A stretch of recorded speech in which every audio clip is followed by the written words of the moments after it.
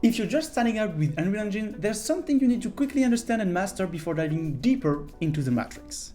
And that something is understanding how to manage the assets in your Unreal Engine project. So let me explain.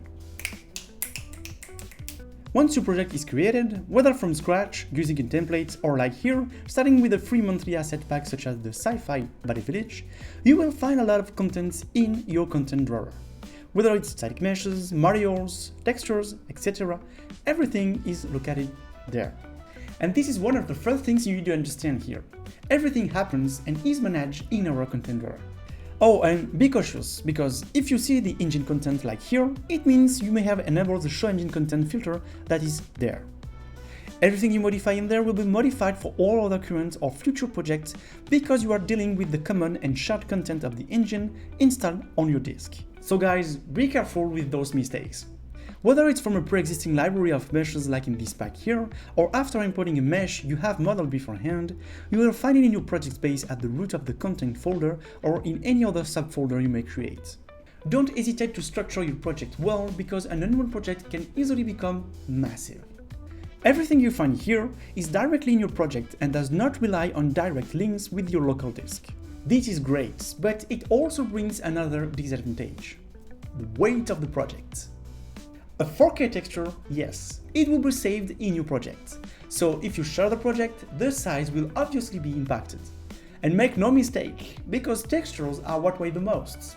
A 4K normal map is heavier than 1 million triangle mesh. Yes. That's why Unreal projects generally weigh a lot.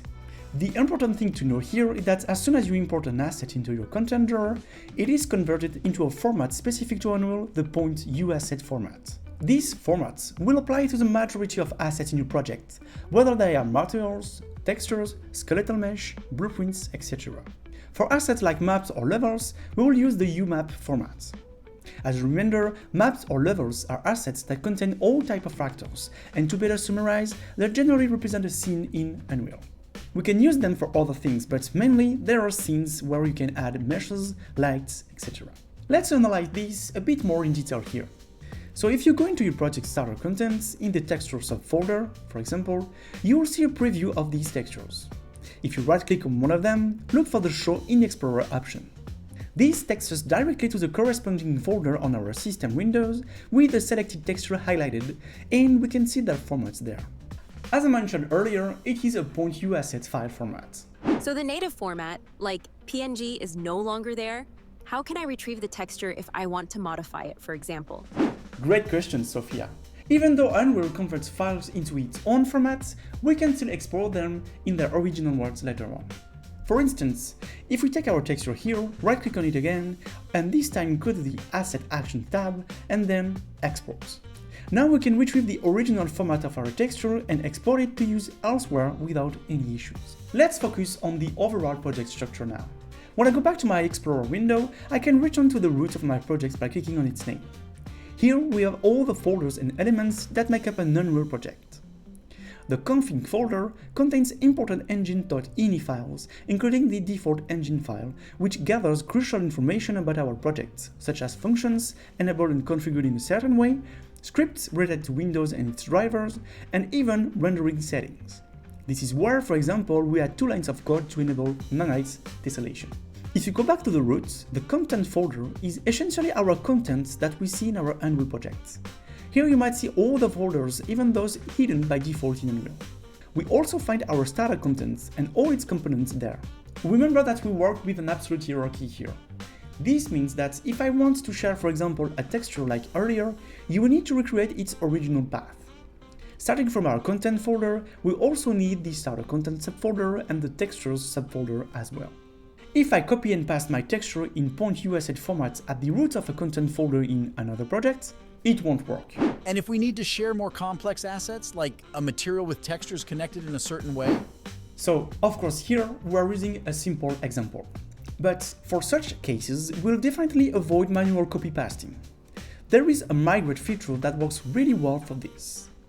I'll prepare a small video about this topic very soon, guys. Cool! To summarize, the essential part of data management in my project happens in the content folder.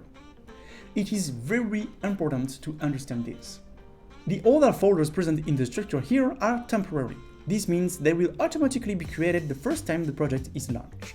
If, for instance, I want to share this project with you, I only need to give you the config, content, and the .u project launcher. That will be enough. Keep in mind that the saved folder is the default path where your screenshots and renders will be saved. The .u project file is our launcher, and you can open your project directly with these shortcuts. No need to open the Epic Games launcher. You can edit this file by opening it with Notepad or Visual Studio Code, for example. You will have access to certain information like the default plugins activated in the project. This can be very handy if you can't open a project because you might be missing the necessary plugin. You will just need to set a false value here. The .u project is essentially our Unreal project, which contains level maps, .u map formats, which in turn contains actors, assets, in .u asset formats. All assets and levels are present in our content and manageable through it. And that was a little summary of all the things you need to know to understand the structure of an Unreal project to start on a solid foundation.